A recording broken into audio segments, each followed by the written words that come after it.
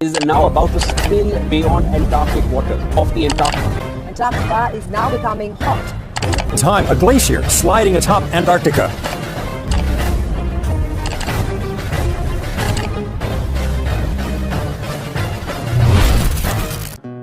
आज हम इंडिया की सबसे सीक्रेटिव मिशन ऑपरेशन गंगोत्री की बात करने जा रहे हैं, जिसके बारे में बहुत कम लोग ही जानते हैं। It was code named operation Gangotri. इसे टॉप सीक्रेट रखा गया और इसे रिकॉर्ड समय में पूरा किया गया।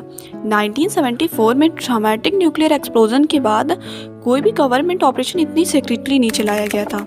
Born in the fertile mind of prime minister Indira Gandhi, the operation Gangotri और an Indian foothold in Antarctica. मतलब भारतीयों का अंटार्कटिका पर पैर जमाना उनके लिए एक आजीवन सपने जैसा था। 1977 में मिसेस गांधी ने एक सीक्रेट स्टडी का ऑर्डर दिया था, लेकिन इलेक्शन और उनके रिजल्ट के चलते उनका माइंड इमीडिएट प्रॉब्लम्स की तरफ डाइवर्ट हो गया। उनकी रुचि मई में फिर रिएक्टिवेट हो गई जब फॉरेन मिनिस्ट्री से 2 पेज का मेमो उनकी मेज पर आया। यह मेमो फॉरेन मिनिस्ट्री और इंडियन साइंटिस्ट के बीच एक अचानक मीटिंग से ओरिजिनेट हुआ, जो अंटार्कटिका पर पूरी एक CIA रिपोर्ट पर बेस्ड एक डोजियर लेकर आया था। आप जानते होंगे कि डोजियर एक फाइल होती है जिसमें किसी पर्सन, इवेंट या किसी विषय पर इंफॉर्मेशन दी जाती है। अब बात आती है जब 24 जुलाई 1981 को प्राइम मिनिस्टर इंदिरा गांधी ने बिना किसी खबर के अचानक department of ocean development establish कर दिया और यहीं से ऑपरेशन गंगोत्री का जन्म हुआ। भारतीयों द्वारा की गई खोज यात्रा की पहली झलक तब मिलती है जब base camp queen mod land पर बनाया जाता है। ऑपरेशन की इनिशियल प्लानिंग राष्ट्रपति भवन के लिटिल विंग के कैबिनेट सेक्रेटेरिएट में बनाई गई। मिसेस गांधी के अलावा केवल 3 लोग इस योजना के बारे में जानते थे और ये तीनों लोग मिशन के लिए बहुत इंपॉर्टेंट थे। इस ट्रॉइका के हेड कैबिनेट सेक्रेटरी थे। यहाँ ट्रॉइका इन तीनों लोगों के ग्रुप को बोला जा रहा है, जिसमें एक कृष्ण स्वामी राव साहेब ब्यूरोक्रेट का एक परफेक्ट एग्जाम्पल थे। फिर के सहगल कैबिनेट सेक्रेटेरिएट के एडिशनल सेक्रेटरी थे और इंटेलिजेंस कमेटी के पूर्व प्रमुख थे। अब बात आती है ट्रॉइका के थर्ड और सबसे इम्पोर्टेंट मेंबर की, जो कि फॉरेन सेक्रेटरी राम साठे थे और वे कुशल डिप्लोमेट थे और अंटार्कटिका में काइंड ऑफ वेव्स के मेन। अंटार्कटिका ट्रीटी में 14 कंट्रीज एक क्लोज्ड क्लब की तरह काम कर रही हैं। ऑपरेशन गंगोत्री के पीछे के स्ट्रेटजिस्ट ने ठीक ही महसूस किया कि इसके इंटेंशन का समय से पहले खुलासा एक अननेसेसरी अटेंशन और प्रेशर को इन्विटेशन देगा। अब पहली बेसिक रिक्वायरमेंट एक सुटेबल शिप है जो अभियान को अंजाम देगा। पहले तो ऐसा लगा कि ट्रिप में डिले होगा, जब दुनिया के सबसे बड़े समुद्री केंद्र लंदन से निगेटिव रिप्लाईज आने लगे, लेकिन फिर भी अभियान को ज़मीन पर उतारने के प्रयास के दौरान पोलर सर्कल सावधानी से बर्फ के ताते टुकड़ों के बीच से गुजरता है। बेस कैंप में साइंटिस्ट बर्फ में बड़े बड़े अक्षरों में अपने आगमन की घोषणा करते हैं। आधी रात के सूरज की स्टनिंग बैकड्रॉप के साथ अभियान के 4 मेंबर इंडियन फ्लैग और नॉवेल इंसाइन के सामने खड़े होते हैं।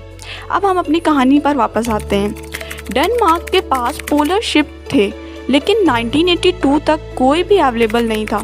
फिर लॉयड के शिपिंग रजिस्टर से जी रॉबर्ट डी कंपनी नाम के नॉर्वेजियन फर्म का पता चला, जिसके पास 3 पोलर शिप्स थे। 2 ऑलरेडी हायर्ड आउट थे, लेकिन तीसरा पोलर सर्कल 5000 टन कनाडा में रजिस्टर्ड था और चार्टर के लिए अवेलेबल था। अब फैसला लिया गया कि सिलेक्टेड साइंटिस्ट को चूज़ किया जाए जो वर्ल्ड के अदर साइंटिस्ट से इंफॉर्मेशन प्राप्त करने जाएंगे और अलग अलग इंफॉर्मेशन लेकर आएंगे जो मिशन के लिए ज़्यादा हेल्पफुल। अगस्त में सहगल और एक साइंटिस्ट को अभियान को लीड करने के लिए सिलेक्ट किया जाता है। डॉक्टर SL कासिम एक एक्सपीरियंस्ड ओशनोग्राफर थे जो पहले से ही इंटरनेशनल एक्सपीडिशन के मेंबर के रूप में आर्कटिक पर गए थे। और उधर दिल्ली में राम साठे की सलाह थी कि अभियान को जब तक संभव हो तब तक सीक्रेट ही रखा जाए। 3 सितंबर को डेलीगेशन 90% श्योरिटी के साथ लौटा कि operation Gangotri was go. Finally 21 लोगों का चयन किया गया और यही वह पहला मौका था जब उन्हें अभियान के बारे में पता चला, जिसमें से 8 लोग नौसेना से थे, जिनमें एक डॉक्टर, 3 हेलीकॉप्टर पायलट और एक फोटोग्राफर और नौसेना दल के नेता कमांडर बरार भी शामिल थे। इसी बीच दिल्ली में ऑपरेशन गंगोत्री स्मूथली प्रोसीड कर रहा था। ऑपरेशन गंगोत्री के पूरा होने तक सरकार को केवल 1.8 करोड़ का नुकसान हुआ। 26 नवंबर को पोलर सर्कल गोवा पहुंचा और अभियान को आगे बढ़ाने की तैयारी की जाने लगी। अब 6 दिसंबर को पोलर सर्कल मार्मुगांव हार्बर से बाहर निकल गया और इंडियन ओशियन के अपोजिट डायरेक्शन में 11,000 किलोमीटर दूर अंटार्कटिका की ओर चला गया। ऑपरेशन गंगोत्री के सक्रिय होने के समय से लेकर पूरे ऑपरेशन में ठीक 4 महीने लगे थे। इसकी सीक्रेसी के साथ इसको अंजाम दिया गया था और इस फैक्ट को देखते हुए ज़्यादातर पोलर एक्सपीडिशन को ऑर्गेनाइज होने में ही केवल 12 से 18 महीने लगते हैं। वास्तव में जहाज़ जब गोवा से रवाना होकर 10 दिन बाद मॉरिशस के पोर्ट लुइस पहुंचा, तभी अंटार्कटिका ट्रीटी के अदर मेंबर्स को इस अभियान के बारे में इन्फॉर्म किया गया। The first major hazard was that is known as the roaring 40s, latitude 40 degrees south, where seas are among the roughest in the world। Problems को फेस करके साइंटिस्ट ने ऑपरेशन को सक्सेसफुल बनाया और इंडियंस द्वारा प्राप्त किए जाने वाला वह पहला अंटार्कटिका डेटा था। टोटल 20 स्टेशन सेटअप किए गए और साइंटिस्ट डेटा को कलेक्ट किया गया। 6 दिसंबर 1981 में टीम ने सेल सेट की और 10 दिन बाद खबरें सामने आने लगी तो इस ऑपरेशन को भारत की ग्रोइंग पावर को मार्क के लिए जाना जाने लगा।